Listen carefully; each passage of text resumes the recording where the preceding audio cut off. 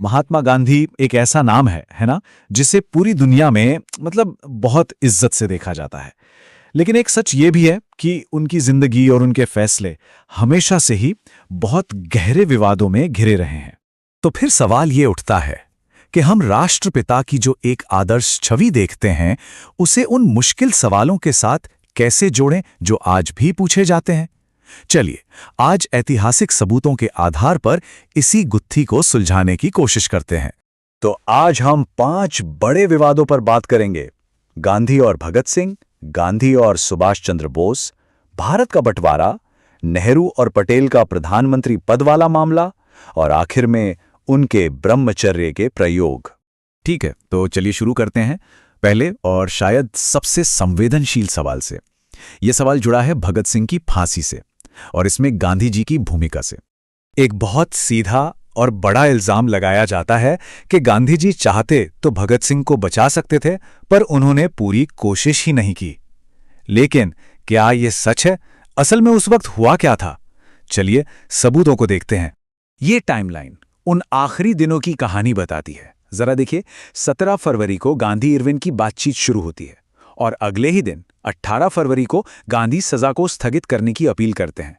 मतलब ये कोई आखिरी मिनट की कोशिश नहीं थी। फिर 19 मार्च को वो दोबारा ये मुद्दा उठाते हैं और 23 मार्च की सुबह फांसी से बस कुछ घंटे पहले वाइसरॉय को एक और बहुत भावुक चिट्ठी लिखते हैं। और ये गांधी के अपने शब्द हैं जो उन्होंने सीधे वाइसरॉय से कहे थे। उन्होंने साफ साफ कहा, मैं अपनी अंतरात्मा से किसी को भी फांसी पर भेजे जाने के लिए राजी नहीं हो सकता, खासकर भगत सिंह जैसे बहादुर इंसान को तो बिल्कुल भी नहीं। ये कोई सिर्फ राजनीतिक बयान नहीं था, ये उनकी सोच को दिखाता है। तो फिर गांधी की रणनीति आखिर थी क्या? देखिए, उन्होंने सजा को पूरी तरह से माफ करवाने की जगह स्थगित यानी पोस्टपोन करवाने पर जोर दिया। उन्हें लगा कि यह पहला कदम ज्यादा आसानी से उठाया जा सकता है। उन्होंने इसे समझौते की शर्त इसलिए नहीं बनाया क्योंकि उनका मानना था कि सत्याग्रह के रास्ते पर चलकर किसी के लिए धमकी देना सही नहीं होगा। और एक बात और, वाइसरॉय पर पंजाब के ब्रिटिश अधिकारियों का जबरदस्त दबाव था कि फांसी होकर ही रहे। चलिए अब चलते हैं दूसरे बड़े मुद्दे की तरफ, गांधी और नेताजी सुभाष चंद्र बोस। इन दोनों के रिश्ते को अक्सर एक कड़वी दुश्मनी की तरह देखा जाता है, पर क्या कहानी बस इतनी ही है? इन दोनों के बीच जो फर्क था ना, वो सोच का था, विजन का था। गांधी चाहते थे एक ग्राम अर्थव्यवस्था, मतलब सब कुछ गांव से चले। वहीं बोस चाहते थे तेजी से इंडस्ट्रियलाइजेशन हो। गांधी के लिए अहिंसा सब कुछ थी, लेकिन बोस को लगता था कि अंग्रेजों पर सीधा हमला करना ही पड़ेगा। मतलब सोच में जमीन आसमान का फर्क था। और ये टकराव सबसे ज्यादा दिखा 1939 के त्रिपुरी संकट में। बोस गांधी जी के पसंदीदा उम्मीदवार को हराकर कांग्रेस अध्यक्ष बन गए। इसके बाद एक राजनीतिक संकट खड़ा हो गया और बोस को अध्यक्ष पद से हटा दिया गया।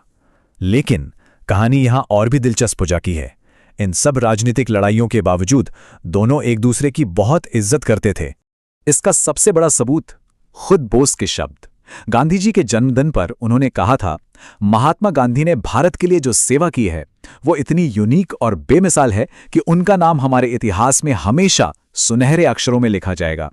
इससे साफ पता चलता है कि राजनीतिक मतभेद अपनी जगह थे और सम्मान अपनी जगह। अब बात करते हैं भारतीय इतिहास के शायद सबसे दर्दनाक हिस्से की, बंटवारा। और वो सवाल जो हमेशा पूछा जाता है, क्या भारत के विभाजन के लिए गांधी जिम्मेदार थे? गांधी ने एक बात कही थी, भारत का बंटवारा करने से पहले मेरे 2 टुकड़े कर दो। ये सिर्फ एक लाइन नहीं थी, ये उनके दर्द और उनके विरोध को दिखाती है। वो बंटवारे के कितने खिलाफ थे, ये उनकी आत्मा की आवाज थी। लेकिन 1947 तक आते आते गांधी राजनीति में काफी अकेले पड़ गए थे। उन्होंने एक आखिरी बहुत ताबड़तोड़ प्लान दिया था माउंटबेटन को कि जिन्ना को ही प्रधानमंत्री बना दो, बस देश को एक रहने दो। लेकिन नेहरू और पटेल जैसे नेताओं को डर था कि इससे तो गृह युद्ध छिड़ जाएगा और उन्होंने ये प्लान खारिज कर दिया। सच तो यह है कि 1946 के बाद बड़े बड़े फैसले उनकी सलाह के बिना ही हो रहे थे। अच्छा, अब आते हैं उस सवाल पर जो आज भी भारतीय राजनीति में गूंजता रहता है, आजाद भारत का पहला प्रधानमंत्री कौन, नेहरू या पटेल? सवाल बहुत सीधा है। जब ज्यादातर प्रांतीय समितियां सरदार पटेल को चाहती थीं, तो फिर जवाहरलाल नेहरू देश के पहले प्रधानमंत्री कैसे बन गए? तो हुआ ये था, 1946 में जो कांग्रेस का अध्यक्ष बनता वही अंतरिम सरकार को लीड करने वाला था।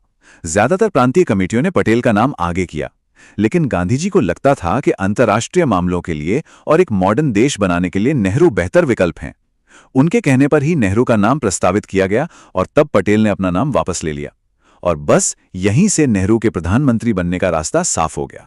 और अब हम गांधी के जीवन के उस हिस्से पर आ रहे हैं जो सबसे ज्यादा निजी और शायद सबसे ज्यादा विवादास्पद है। देखिए, इस बात को समझने से पहले ये जानना जरूरी है कि गांधी के लिए ब्रह्मचर्य का मतलब क्या था। ये सिर्फ सेलिबसी या अविवाहित रहना नहीं था।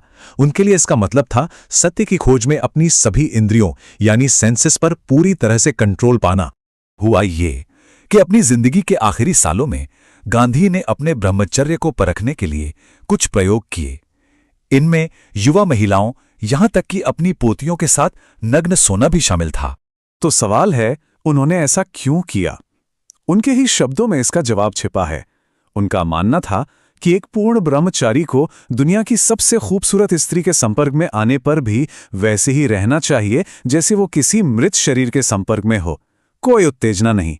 ये उनके लिए अपने ऊपर कंट्रोल की एक आखिरी और बहुत ही विवादास्पद परीक्षा थी।